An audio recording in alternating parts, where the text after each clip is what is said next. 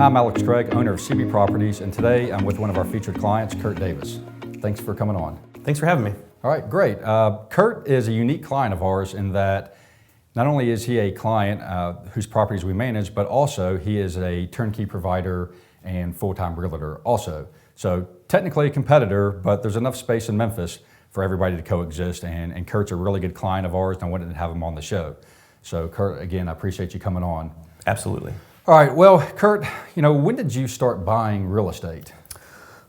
I moved to Memphis in June of 2007, and it was probably within a year or so I started buying my first rental properties at that time, so towards the end of 2008. Okay, so started in 2008, here we are 10 years later in 2007, but 11 years later, how many do you have? My wife and I believe we currently own about 26 total properties. And like I said, we manage Curt's properties. How many of those do we manage for you? I think you manage right around 23 or 24 of them. Well, great. And are you still buying homes today?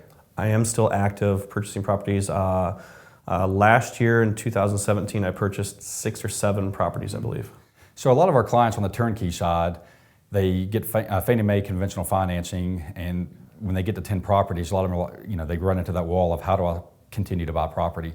So you've been done with your Fannie Mae properties for a while. How are you still purchasing real estate? Well, one of the interesting things is when I was buying properties under the Fannie Mae guidelines, my wife was also a working professional at the time, so I bought my 10 properties, she bought her 10 properties. Mm-hmm. From there, I was fortunate enough to, I found a private lender. Mm-hmm. Who would make me some private loans, mm-hmm. kind of a semi-long-term type program where it would allow me to buy houses using cash with this private lender and hold them for 3 to 5 years on a 15-year amortization. Great. So private lending is, that could be your uncle, it could be a friend, it could be anybody through your professional network that is looking for a certain return. So private lending is an excellent way to continue to buy properties. Me personally, I've been using a lot of commercial lending. Have you used any commercial lending to grow your portfolio? I did use one local lender with a commercial line on my most recent purchase. Okay. So obviously your cash flow is better on your Fannie Mae stuff, your 30-year fixed rate, so you've got private lending and you're continue to buy. So I guess this may sound like a silly question, but why, you've got 26. Why do you continue to buy? It does get exhausting owning this many properties. It can seem overwhelming, but part of it is doing what we do, having the opportunity, being exposed to the homes that are coming in. Sometimes you just can't pass on a good deal. You got to keep growing the portfolio. So and for me, my investment portfolio is my retirement plan. I don't have a 401k, I don't have stocks, bonds, I don't have any of that. So my rental properties are my retirement plan. Okay, and how old are you? I just turned 40. Just turned 40. So you'll be retiring with all these rental properties when you're 45, or?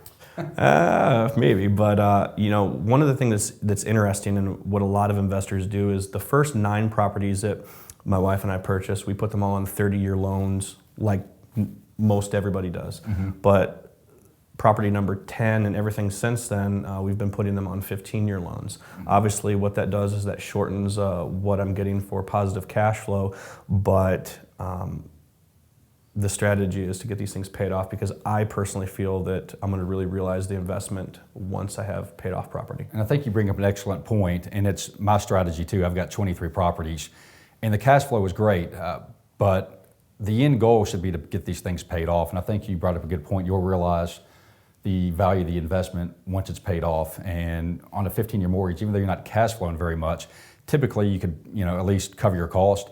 And if your goal is to get these things paid off, then through 15 years or mortgage acceleration, that really is the way to financial freedom.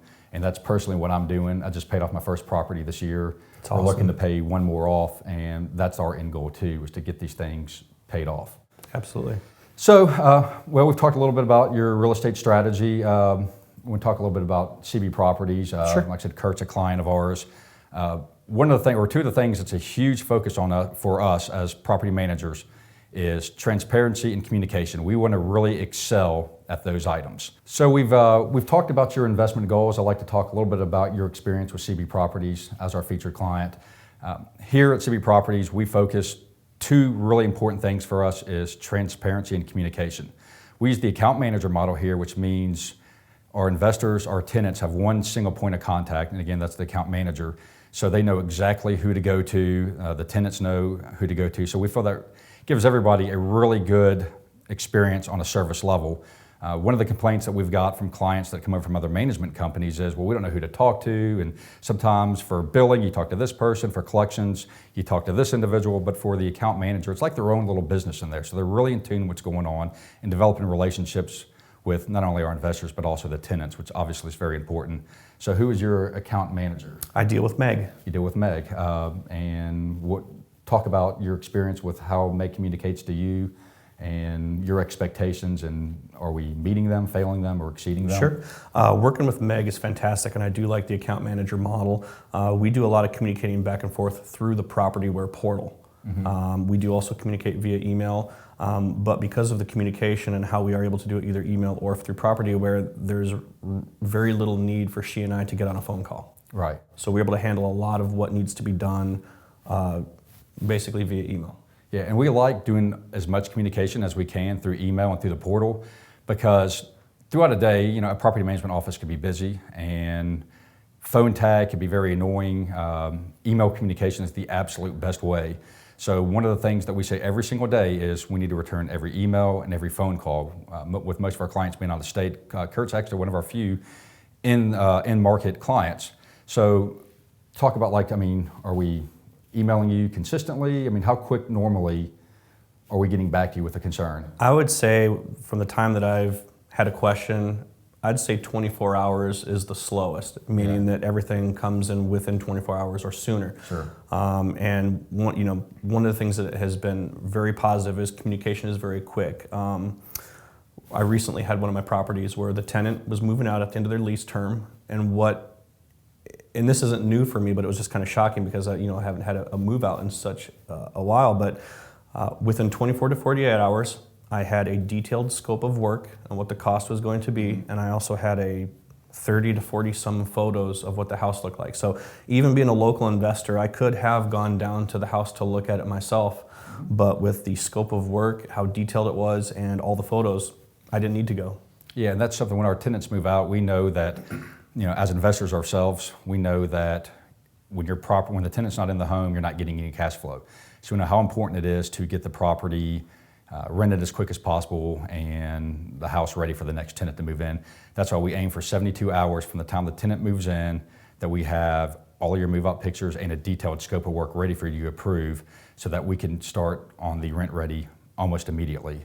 And you're saying that's what we've done. We've exceeded that expectation. That is correct, and I received that email roughly 2 weeks ago, and it was actually today that I received the email through PropertyWare informing me of my new tenant who has signed the lease and the reservation fee, who's moving in on June 1st. That's fantastic. Within 2 weeks turnaround, I had a tenant, and I think one of the things that really helps with that is you guys do some pre-marketing on the front end before the tenant moves out. Yeah, so I'm glad you mentioned that. So as soon as the tenant gives us our notice, we start marketing 30 days out. Typically, we like to get a 60-day notice, but even if we get a 60-day, we're going to start marketing it 30 days out, which can be difficult because there's a tenant living in there. They're not always having the same goals as our investors. There's really no incentive for them to be accommodating to let us come in and show the property. So there's a lot of extra work, but our account managers and myself, we know how important it is to get a tenant in. So we start doing a lot of pre-marketing. So we get interest, and as soon as the tenant moves out, we can line up showings. But we're also very successful in getting, I know on your Kirby Gate home, we had a tenant, people interested in the home before your tenant even moved out. I was actually shocked about how much interest there was, and I think the tenants have not even been out a total of 2 weeks yet, and the new tenant moved in today. Yeah, pre-marketing is extremely important. If you got your managers, if your property's managed through somebody else or in another market, I would say that's very important, is to make sure that your properties are being marketed before the tenants move it out. So the other thing we talk about is transparency. Transparency in billing. As a property manager, that's critical, especially again with most of our clients being out of state. There's a lot of trust going back and forth, and we just want to be as transparent as possible. Talk about some ways that we are transparent in the management of your property, specifically the Sure. billing? Sure. One of the things that was a little different for me to get used to at first was I would be contacted by my account manager, Megan. She would say, for example, here's a repair that needs to be done. It's going to cost $200. And I'd say, okay, great, thanks for letting me know. And then I would start getting notifications through PropertyWare that I would see that I would have an unpaid invoice or an invoice that's about to be paid. So I would go on there and I'd click on it and I would see that it was for that particular property, but it was sometimes it might be the invoice slip or the receipt from, say, like Lowe's, or it's going to be the invoice from the actual contractor who did the work. So it was, for me, what I've always been used to in the past was, oh, it's going to cost $200, and then I see the $200 plus, the management markup. Well, this was a little bit different because it was so detailed that I got to see where all the charges were coming from. So looking at that, I would know that there's no extra gouging on the pricing, which I think out-of-state investors, that's where their biggest hesitation and trust levels come from, is wondering if the management company is going to, do they know if these are the correct fees or not? Yeah, and they call that marking up the billing. That's something, we don't mark up the bills. If our vendor does the work for $200, like Curt said, you'll see the vendor invoice, and because a lot of our vendors that we utilize are smaller companies without lines of credits established, they used our lines of credit at various supply houses. So they see, they're using, our, like I said, our lines of credit to buy the material. So you'll see the material invoice, you'll see the labor, and it's very detailed, and we do mark up the maintenance billing. But like I said, it's all very transparent. What about before and after pictures? How important is that to you? It's probably more important for the out-of-state investor as opposed to maybe someone like myself being here local. But like we said, I run my portfolio with you guys as if I were an out-of-state investor. And it is nice to see before and after photos, like when the property moved out and I got to see those 30-some photos, and it made me comfortable. I actually felt comfortable about the whole process. And seeing the after photos, once the repairs are completed, you're able to see that the work was completed. Yeah, and I think, like I said, that's so important, is to show those before and after pictures. I mean, and that's one of the biggest fears when we, most of the properties we've managed, we've sold, and that's the conversation is, I've got a property manager in inner market here, whatever market that may be, and I just seem to be getting, killed on maintenance. Every time I turn around, there's a maintenance bill. We don't know what's coming. It just shows up. And even though our property management agreement says, I think it's $400, we need permission, the way we have our software set up is every time there's a maintenance call, you're getting a notification. So some of our investors are really hands-on, so that's their first time to kind of engage. It's like, hey, what's going on? But I'd say probably 80% of our investors, they see it, we don't hear from them. They know they're getting the before, the after pictures, the billing that's broken out that Curt was talking about.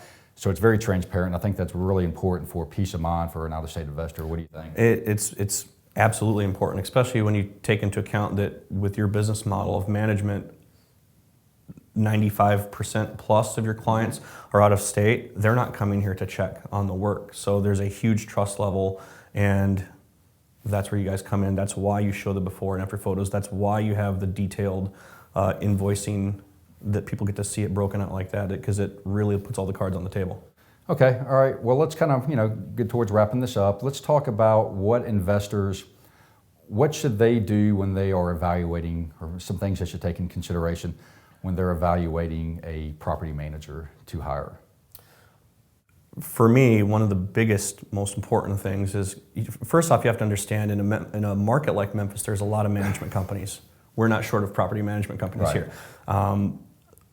So for the first several years of being involved in this business, it was just standard practice that a management company focuses on a normal 12-month tenant lease.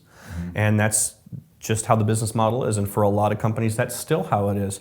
One of the things that I found highly attractive about your company is that you guys focused on 18-month leases 100% of the time. There is no other option to do a 12-month lease. It's 18-month lease minimum. So being a client of your guys for the last, 5-6 years now or so, I can safely say that the average length of stay for my tenants has been around 4 years average.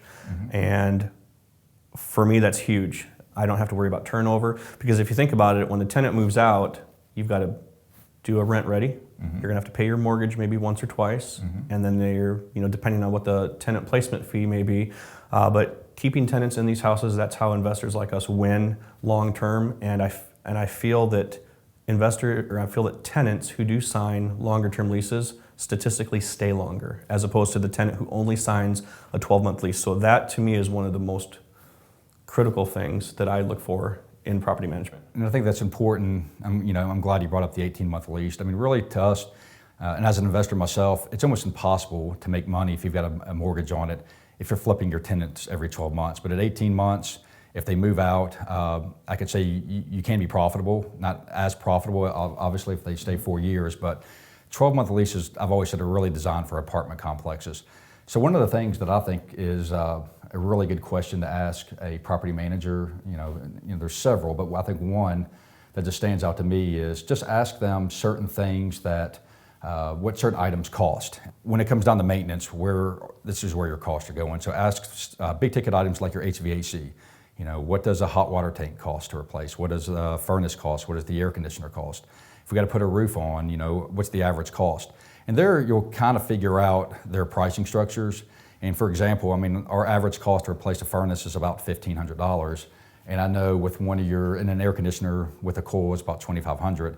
And I know at one time your property was being managed somewhere else and you're like, they're charging me $4,000. So I was like, for the entire system? Like, no, just for an air conditioner. And I'm like, well, that's probably a case, and this is a large property manager, but a case of them just marking it up. So like I said, we don't mark it up. We pass our discounts through to our clients.